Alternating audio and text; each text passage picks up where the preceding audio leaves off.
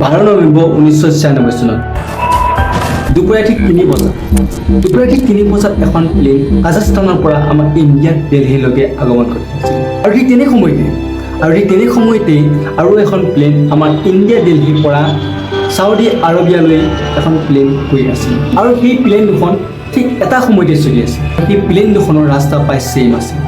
আৰু তেতিয়া ATC air traffic কণ্ট্ৰলৰ পৰা এটা ছিগনেল আহে কি সাউদিলৈ যোৱা প্লেনখনলৈ আৰু কৈছিল 14,000 ফিটৰ তলত উৰিব লাগে কিয় 15,000 ফিটত এখন প্লেন কাজাখস্তানৰ পৰা ইণ্ডিয়ালৈ আহি আছে সকলোবিলাক সম্পূৰ্ণৰূপে ঠিকে চলি আছিল আৰু এটা কিছু সময় পিছতে দিল্লীত এখন গাঁৱত এটা শব্দ শুনিবলৈ পোৱা গৈছিল যিটো নেকি শব্দ ধুমুহাৰ ঢেৰেকনিৰ দৰে আৰু তেতিয়াই আকাশৰ পৰা লোহাৰ বৰষুণ পৰিবলৈ সৃষ্টি হৈছিল কিয় এই প্লেন দুখন কেচ হৈ গৈছিল খুন্দা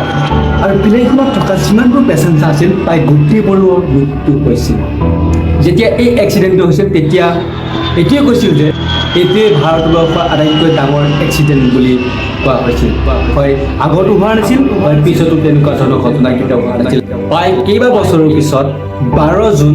2025 আবেলি 1:30 বজাত এখন প্লেন আহমেদাবাদৰ পৰা লণ্ডনলৈ গৈ আছিল আৰু সেই প্লেনখন উৰি যোৱাৰ পিছতেই কেচ হৈ গৈছিল যদি আহমেদাবাদৰ পৰা যদি যায় যদিও অলপ সময় পিছতে সেই প্লেনখন তললৈ নামিবলৈ ধৰিছিল আৰু তেতিয়া সেই সময়তে প্লেনত থকা পাইলটজনৰ পৰা এটা খবৰ আহিছিল মেডেট মানে এখন মোৰ হাতত কোনো আৰু কৰিবলগীয়া উপায় নাই আৰু এইটো কোৱাৰ লগে লগে প্লেনখন কেচ হৈ গ'ল প্লেনখনত 230 জন পেছেঞ্জাৰ আছে আৰু 230 জন পেছেঞ্জাৰ ভিতৰত এজন পেছেঞ্জাৰ আছে বাকী 229 জন পেছেঞ্জাৰে মৃত্যু মুখত পৰিল ইমান এডভান্স টেকনলজি হোৱাৰ পিছত এই প্লেনকেইখন কেনেকৈ কেচ হ'ব পাৰে কি কাৰণে এই দুৰ্ঘটনাটো হ'ল আহকচোন অলপচোন লিখাইছে এই ঘটনাটোৰ বিষয়ে আজি সম্পূৰ্ণ তন্ত্ৰভাৱে হয় নমস্কাৰ মই ভিডিঅ'টোলৈকে তোমালোকক স্বাগতম কৰিছোঁ লগতে মোৰ ভিডিঅ' যিসকলে চাই আছে সিহঁতক ধন্যবাদ ইমানখিনি মৰম ছাপোৰ্ট কৰিব পৰা কাৰণে তো গাইজ যদি মোৰ চেনেলটো যদি নতুনকৈ কোনোবা আহিছে তেনেহ'লে ফ'ল' কৰিবলৈ নাপাহৰিব লগতে এটা ধুনীয়া কমেণ্ট কৰিবলৈ নাপাহৰিব ভিডিঅ'টো আজি ইমানৰ পৰাই আৰম্ভ কৰিছোঁ ইমান এডভান্স টেকনলজি থকাৰ ভিতৰতো এই প্লেন দুখন কেচ হোৱাৰ কাৰণ ৰিজন বহুতকেইটা আছিল প্ৰায় মেইন ৰিজন দুটা আছিল এটা লেক অফ টেকনলজি 1996 চনত যিটো টেকনলজি আছিল বহুত উইক আছিল আৰু সেইটো সময়ত গম পোৱা যোৱা নাছিল যে এই যিখন প্লেন বৰ্তমান উৰি আছে তাৰ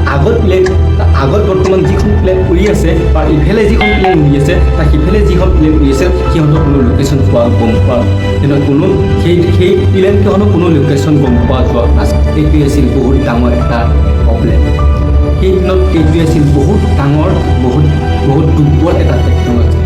কোনো গমেই পোৱা নাছিল যে ইফালে প্লেনখন কিমান স্পীডত উৰি আছে সিফালে প্লেনখন কিমান ওপৰত উৰি আছে কিমান স্পীডত উৰি আছে 2 নম্বৰ ৰিজনটো হ'ল কাজাখস্তানৰ পৰা ইণ্ডিয়া দিল্লীলৈ যিখন প্লেন আছিল সেই প্লেনত থকা পাইলটজনৰ কোনো ইংলিছ ভাষা বুজি পোৱা নাছিল আৰু সেইকাৰণে সেই পাইলটজনে কমিউনিকেট কৰিব নোৱাৰিলে আৰু সেইকাৰণে এনেকুৱা ঘটনা ঘটিবলৈ সক্ষম হ'ল এই ডাঙৰ বৃহৎ দুৰ্ঘটনাটো হ'ল তেতিয়াৰ পৰা ভাৰত বহুত ডাঙৰকৈ স্থিতি লৈছিল যাতে এতিয়াও নহয় যাতে ভৱিষ্যতলৈ যাতে কোনো এনেকুৱা ধৰণৰ দুৰ্ঘটনা যাতে দেখা নিদিয়ে এনেকুৱা তাৰ ওপৰত এটা একশ্যন লৈছিল হয় নমস্কাৰ গাইজ আৰু মই আজিলৈ ভিডিঅ'টো ইমানতে সমাপ্ত কৰিছোঁ বেলেগ নেক্সট এটা পাৰ্টত আপোনালোকক লগ পাম বুলি আশা থাকিল হয় ধন্যবাদ গাইজ